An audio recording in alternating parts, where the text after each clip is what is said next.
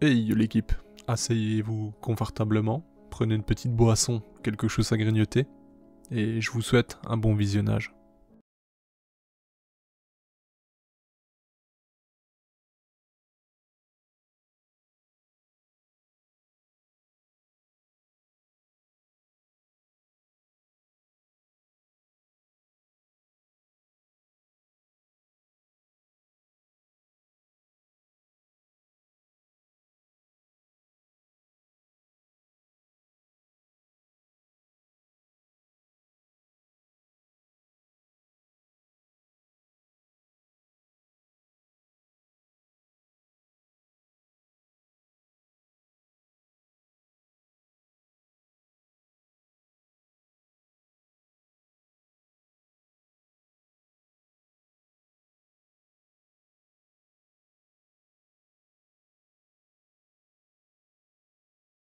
J'espère sincèrement que cette séquence vous a plu. En tout cas, moi je trouve cette coloration magnifique.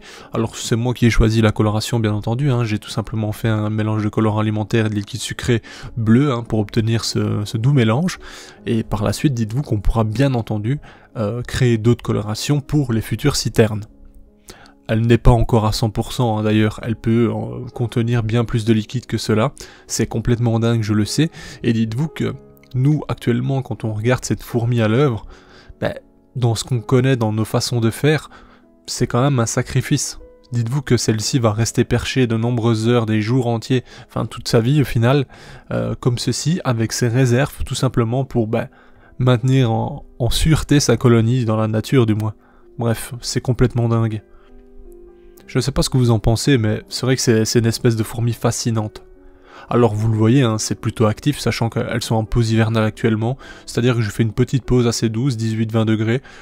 Dites-vous que pour le développement, il faut plutôt du 28-30 en température optimale. Donc voilà, on en est loin clairement actuellement, elles sont vraiment dans une phase de repos. Peut-être que ça me permettra de garder ma colonie en bonne santé sur la longévité, on verra. Mis à part ça, ce que je peux vous dire, c'est que je continue de les nourrir normalement parce que 18-20 degrés ça reste correct, donc elles continuent de s'alimenter assez bien. Je leur fournis toujours de la protéine, j'ai toujours une petite grappe d'œufs et de larves. Donc voilà, ça évolue tranquillement. Le but n'étant pas que justement la reine ponde en masse en ce moment, on va patienter. Et lorsque les températures seront plus correctes dans leur pays de base notamment, à ce moment-là je vais remettre justement les choses sur pied et on devrait assister à une plus jolie évolution. De mes propres observations, la naissance d'une citerne prend plus ou moins 1 mois et demi, 2 mois. Je trouve que c'est assez long.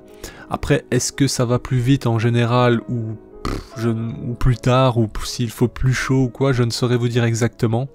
Je trouve ça quand même long en soi, mais c'est un peu comme toutes les espèces, une fois que c'est lancé, vous avez tous les stades et ça se suit, donc vous ne remarquez plus vraiment le temps que ça prend. Mis à part ça, un très joli contraste également de base, vous le voyez, rouge et noir, c'est hyper sympa. Franchement, c'est une des plus grandes Myrmecocystus également, la Placodops, donc franchement c'est un régal. Le petit bémol, c'est que cette espèce pourrait être polygyne, malheureusement en Europe, j'ai une reine, c'est déjà très bien, mais imaginez-vous posséder une colonie avec 3-4 reines, ça c'est complètement dingue et incroyable. Bien sûr, ce serait bien plus conséquent en termes de citernes, d'ouvrières et autres. En nature, ils ont déjà retrouvé une colonie avec plus de 1500 citernes. C'est complètement fou. Sur ce, c'est la fin de la vidéo. J'espère en tout cas qu'elle vous a plu. On se dit à bientôt. N'oubliez pas le like, ça soutient énormément la chaîne. Le commentaire si vous êtes chaud. Et on se dit à bientôt l'équipe. Bye. Hey, si toi aussi tu as apprécié la vidéo, n'oublie pas de t'abonner, de laisser un like, voire un commentaire, ou même de nous suivre sur les réseaux. Merci et à bientôt l'équipe!